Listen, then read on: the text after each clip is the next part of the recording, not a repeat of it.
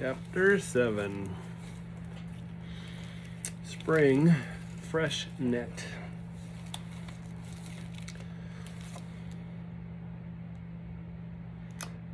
I fixed the floor so I can't sit in the chair with my reading lamp, so I'm thinking of a way to get more light. I'll do what I can. Spring Freshet. They had 3. I gotta move away from the caulking also, just in case that this is not dry yet. Oh, my house is a mess, forgive me. They had 3 fine sap runs during the rest of March. When the buds began to swell on the maple trees, Dad said, "I'm not going to have any buddy syrup. We'll call it quits this year." Toby helped Dad and Cliff clean the buckets and pans and tanks and the evaporator and store them in readiness for March. Dad said he figured they'd made a little better than 650 gallons of syrup, and that was a first-rate crop for any maple weather. Mom and Betsy had attended to the sugar cake end of the business. Johnny, of course, had helped tremendously by getting cheerfully in everybody's way. I didn't switch to the reading glasses either.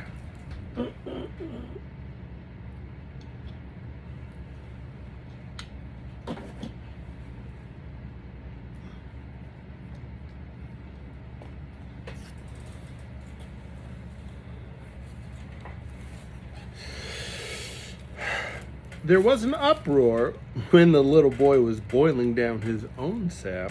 Even after 3 weeks, he had such a small amount of syrup from his bucket that he had retreated into a dark gloom while he tried to think of something to put in it for Tish. But on Saturday night, April 1st, he came downstairs after supper, reeking to the ceiling of lilac perfume. "Good grief," sniffled Dad. "Since when did the lilacs bloom in the snow?" "Woo!" Cliff said. Cliff looked unhappy. "You been playing with a lilac polecat?" "John Nathaniel Clark," Mom said, suspicion turning to conviction in her face. "Please go upstairs and bring down my bottle of lilac toilet water that Uncle Robert sent me for my birthday." John fidgeted in his chair. "I can't, Mom." "Why can't you?" There isn't any more." "Is it all on you?" asked Mom patiently, her eyes grave. Johnny frowned as if he were trying to remember. "Answer your mother," said Dad sternly. No, only part of it." "Where's the rest?" Dad glazed at Johnny, his face impassive. "Well, I put some ribs and some... I put some on ribs." That's the dog. "And some on Poke." That's the cat. "And some on Chris." That's the bull. "And some on Wendy." "And I still had some left, so I put it on me." Mom sighed. "What did you do it for, Johnny?" Johnny hastened to explain. I needed a bottle to send my maple syrup to Tish in." "Snakes," said Cliff. "I hope you scalded the lilac out of it." "I rinsed it, and it tastes kind of funny, but then I think maples and lilacs are a good mixture. Don't you, Toby?" he asked anxiously, his dark eyes pleading for Toby's support.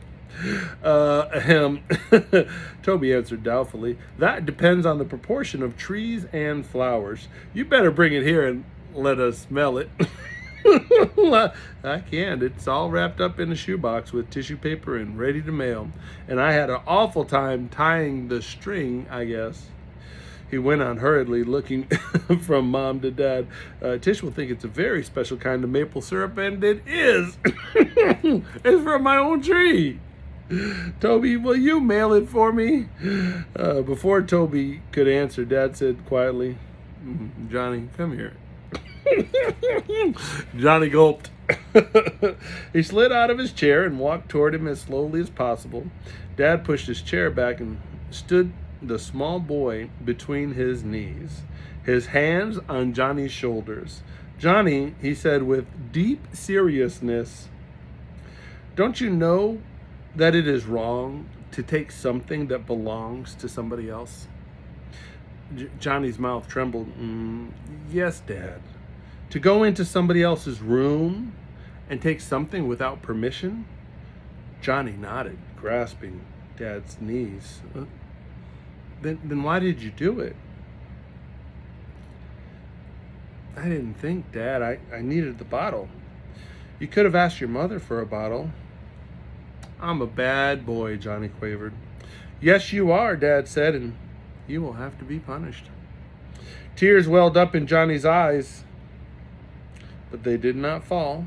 Are you gonna spank me? Yes, said Dad firmly. You know very well that you shouldn't take what did not belong to you. Go up to your room. Johnny's pucker burst into a wail of anguish, and he ran out of the room, scrambled, howling his grief up the stairs. Everybody looked at Dad as he followed Johnny. They all knew it wouldn't be much of a spanking, but even the mildest discipline for little Johnny made the whole family miserable. When Dad returned in a minute or two, he looked as if he didn't know whether to laugh or cry. That young one certainly takes the cake, he said. Just before I came down, he said to me, from now on, I'll always rhyme bottle with waddle. And I'll ask how. And I asked him, how? And he said, if I take somebody's bottle, waddle, Dad do, spank, that's waddle. They all laughed with relief, and now that the worst was over, if Johnny was already making up impossible rhymes, then that meant his complete recovery was not far off. Sunday was a lovely day. The wind was warm, but still had a touch of chill, and white clouds sailed like galleons over the hills. The last snow slid off the barn roofing with a roaring thud, and the meadows thawed until the late afternoon, and there were only grimy patches of snow left on the north side of the house and of the trees. In the morning after church, Toby helped Cliff mend the fence around the big hay meadow to the west. Cliff took off his cap and stuffed it into the back pocket of his overalls. Thawing too fast, he said, and reached for another staple. Look at that river. Surprised, Toby saw that crooked river had overflowed its banks. The gleam of moving water reached up over the river lot to the cornfield. How far can it come up, Cliff? Far as it wants, said Cliff tersely. One year when you were a little tyke, it came up to the back of the barn, but it went down overnight. No harm done. Wind smells nice this morning. Yep. Cliff hammered a staple into a gray post. He squinted at the sky. We'll start plowing this week. Sun will be shining on both sides of the fence pretty soon. You mean it'll be summer? It won't be my birthday, retorted Cliff, who had been born in November about 55 years ago. Toby grinned at him. Hey, Cliff, mind if I ask you a personal question? Nope. If it ain't too personal. Why haven't you ever gotten married? Cliff shied from the fence like a frightened horse. Me? Married? No sirree. I'm an ineligible bachelor, and I aim to stay that way. He scowled at Toby. Don't go asking such fool questions. I'm sorry, Toby hammered furiously at a staple, ashamed of himself for prying into Cliff's business. But Clifton was not offended for long. He began to whistle to himself and all of a sudden burst into song, his good bass voice rumbling, Liza Jane, which meant that he was feeling chipper. Our horse fell down the well around behind the stable. Our horse fell down the well around behind the stable. Well, he didn't fall clear down, but he fell as far as he was able. Oh, it's a goodbye, Liza Jane. My gal crossed the bridge so she wouldn't get her feet wet. My gal crossed the bridge so she wouldn't get her feet wet. My gal crossed the...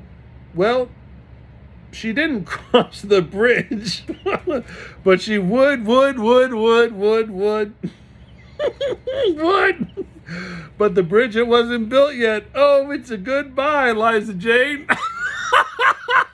Let's go, blooded.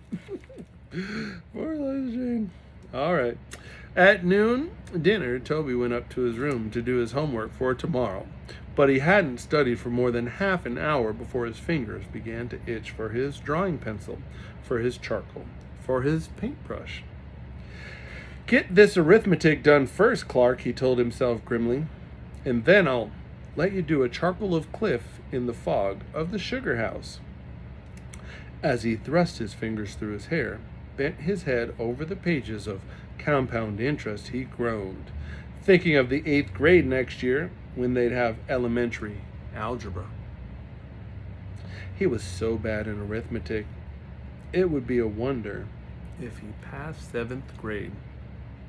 When he finally had his lesson done as it ever would be, he reflected, hating both himself and percentages. He tossed the book under the bed where he couldn't see and made a dive for his drawing board, happiness running through him like 1,000 rivers. He reached toward the orange marmalade jar where he kept his charcoal and elected a stick. Oh gosh, he'd forgotten his popped-off pajama button in there. He'd asked Bets at supper to sew it back on. Quickly, he sketched the interior of the sugar house, the long arch, the evaporator, the furnaces. Then he walked more slowly, trying to recapture the atmosphere of the two lanterns, misty in the steam from the boiling sap, trying to suggest the background of the dim piles of syrup cans, the drums, the wood pile against the wall, the skimmers hanging from the beams. In a swift breath, he felt sure power rush to his fingertips. And he drew Cliff tall, lean, intent, leaning slightly over the evaporator, a skimmer in his hand. Cliff's homely, weathered face was rapt and filled with dignity as he tended the proof of renewed life.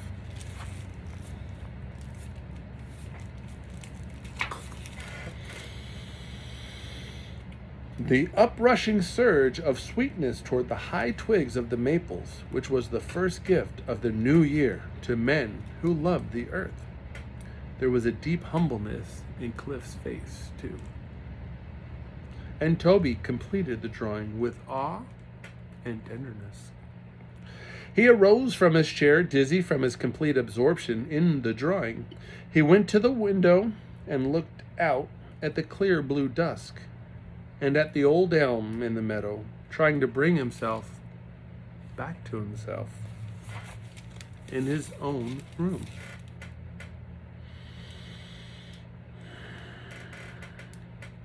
Cliff, tall, lean, intent, leaning slightly over the evaporator.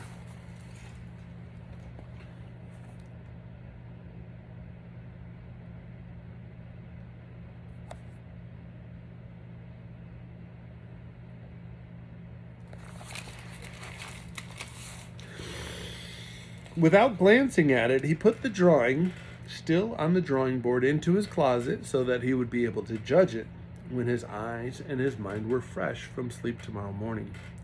Then he'd know whether it was any good or not. Right now, he'd felt as if he'd swallowed the sun. He zooped down the banister and headed for milking.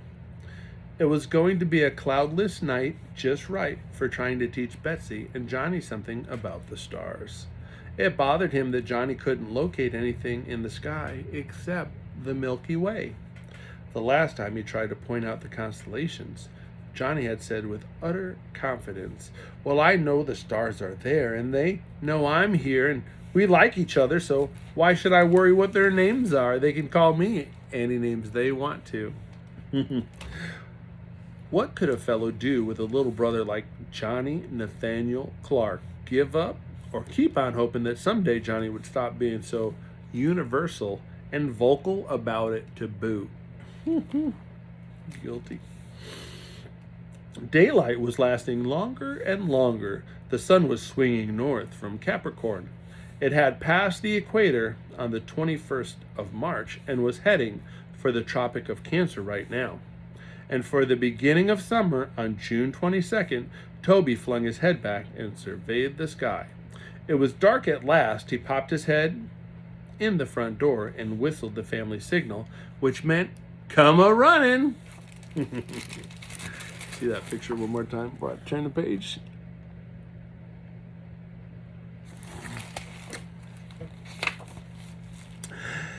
He stood on his toes, watched through the living room window. Make sure we're on the same right page. He stood on his toes and watched through the living room window. Dad dropped his book and looked wildly at Mom, who dropped the sock she was darning. Cliff, on the bench by the fireplace, put down his leather tools. He was making a new belt for Johnny and jumped up. All three rushed for the front door. Through one of the narrow glass panels on each side of the door, Toby saw Johnny spurt from his room in his blue-white rabbit pajamas, take a leap over the banister, and come sailing down without a waver. When he got off, he rubbed himself where he had thumped into the newel post and waited for Betsy. For once, Bets threw caution to the wind. She flung herself in her yellow pajamas at the banister, and in nothing flat was grabbing Johnny's hand. Mom and Dad and Cliff were in the open doorway. Mom shooed Johnny and Bets ahead of her, and Dad and Cliff followed Mom. Toby thought it was a big joke. Look how fast the family moved at the signal, and for nothing except to see the stars. He stood in the short winter-tangled grass and laughed. Dad's voice was imperative. "Toby, what's the matter?" Dad and Cliff scanned the horizon of the hills, looked sharply around the acres of the Clark farm. Laughter stopped in Toby's throat and choked him. "What is it?" Mom had one hand on Betsy's shoulder and the other on Johnny's. "Toby, answer me." Nothing, Toby sobered, looking at Mom's blow-away hair and at Dad's searching eyes. "Gosh, I whistled because I wanted you to see the stairs. It's a clear night." Dad, he gulped. I'm sorry I disturbed you. Just wanted to show Bets and Johnny." Dad was angry. His voice wasn't much lower than usual. His voice was much lower than usual, but a bit in Tobias. Don't ever use the family signal unless there's an important reason. And that goes for you, Betsy, and you, Johnny. Bets nodded. Excuse me. Johnny said violently, "Yes, sir." Dad clipped his words. "Listen, the three of you, I've got to get it through your heads. This is serious. Remember the story of the boy who cried wolf once too often? Once too frequently? Not my book." "Oh my, yes," Johnny beamed and shuddered at the same time. For a moment, the Clark family stood silent. And then Dad said quite nonchalantly, "Since we're all out here, Toby, you might produce your stars. Mom, would you like to sit down on the steps?" "Don't mind if I do." She looked across the highway toward the field that went up to the apple orchard. "Toby, don't you forget what your father said. There might be an emergency sometime when somebody's life would depend on our whistle." "I won't forget, Mom, honest." There was no laughter in him now. "Stars," said Cliff in a disgusted voice.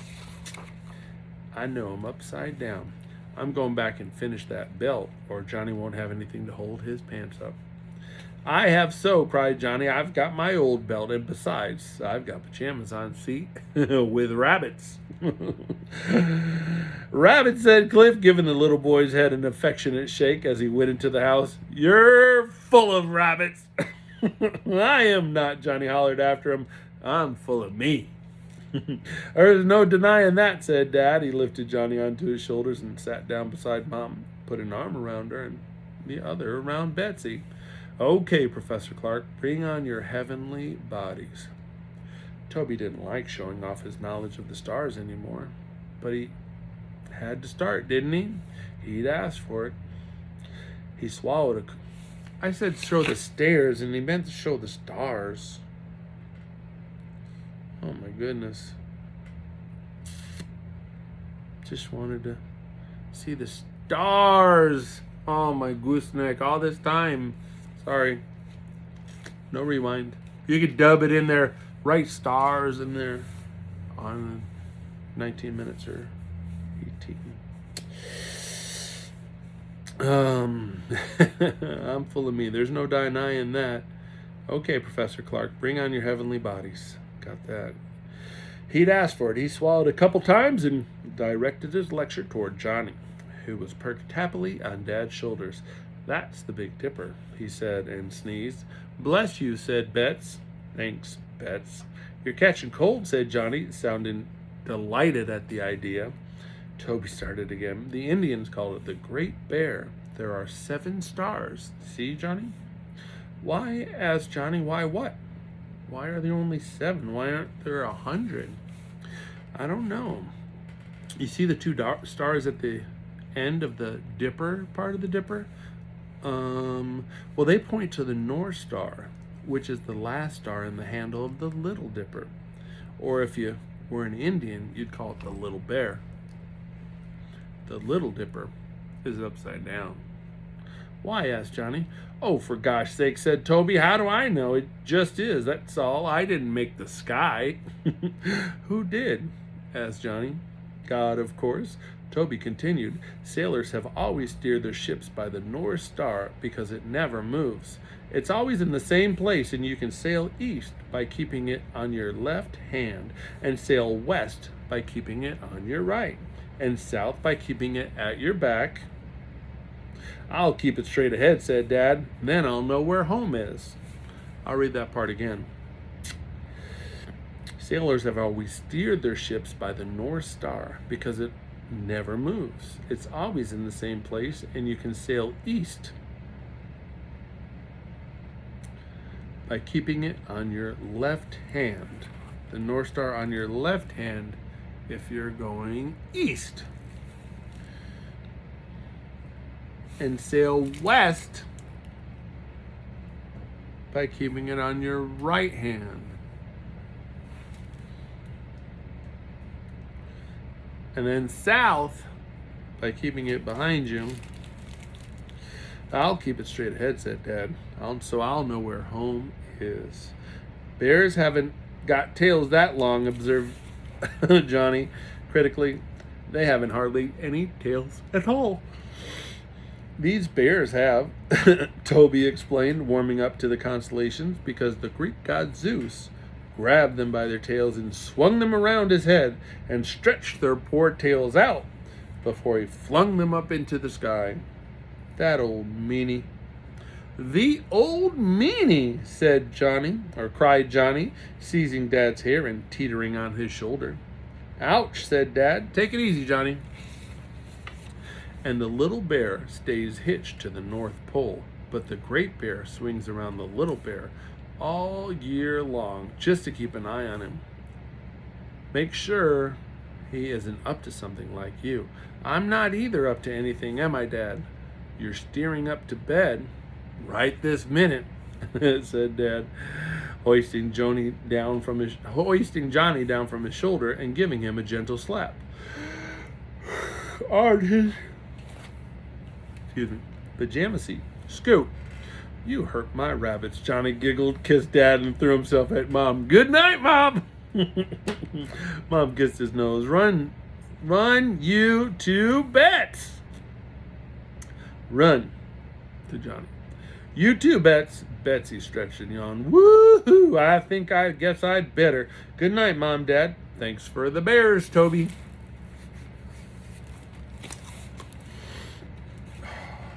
You're welcome, Bets. Now you'll never get lost wherever you are. All you have to do is that the moss grows on the north side of trees and remember the North Star. I think the mom's thing was disproved, but the other part probably is true.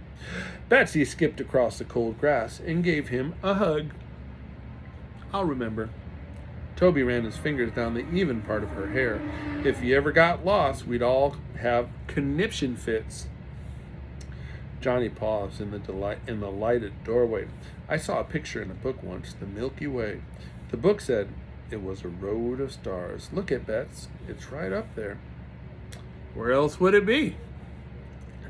That's where I'm going when I go to sleep, Johnny stated. I'm going to start walking and walking and find out where that Milky Way goes. Find out where the Milky Way goes. And I'm going to get me a Wanderfoot like Cliff. I'll let you know when I get there.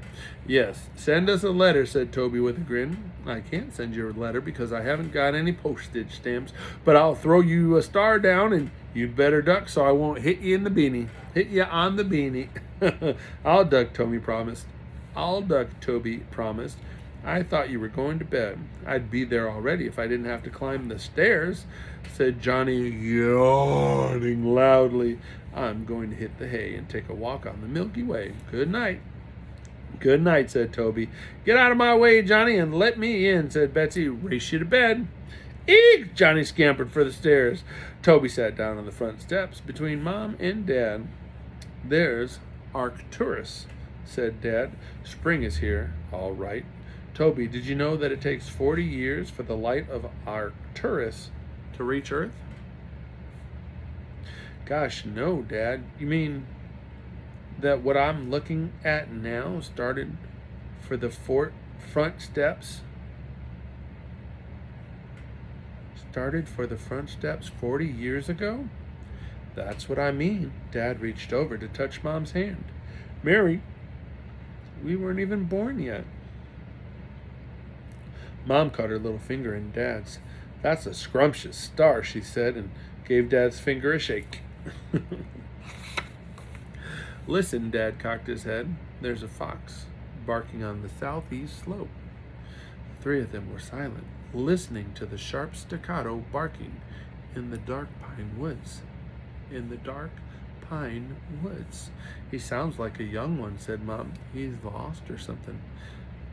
I'll bet it's the one Betsy and I saw last Christmas, Toby said, when we were up getting the evergreens. Remember? We told you, Mom. I remember. Mom stood up. Don't worry, Toby. He'll find his way home. He sounds lonesome. He doesn't sound hilarious, said Dad. Mom asked, shall we call it an evening, Jim? Yes, said Dad. You go in, Mary. I'm going down and take a look at Crooked River. I don't like the way it's acting. How far is it up now? Asked Mom, an edge of fear in her voice.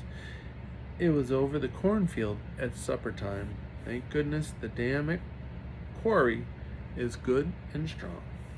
May I go down with you, Dad? Toby didn't like to hear Mom sounding scared. Sure, and you can tell me about the stars, Dad teased. Oh, Dad, you know a lot more than I do. Well, said Dad lightly, I've been around this planet longer than you have. Not that it's your fault. Come along, Professor. That's it, Chapter 7.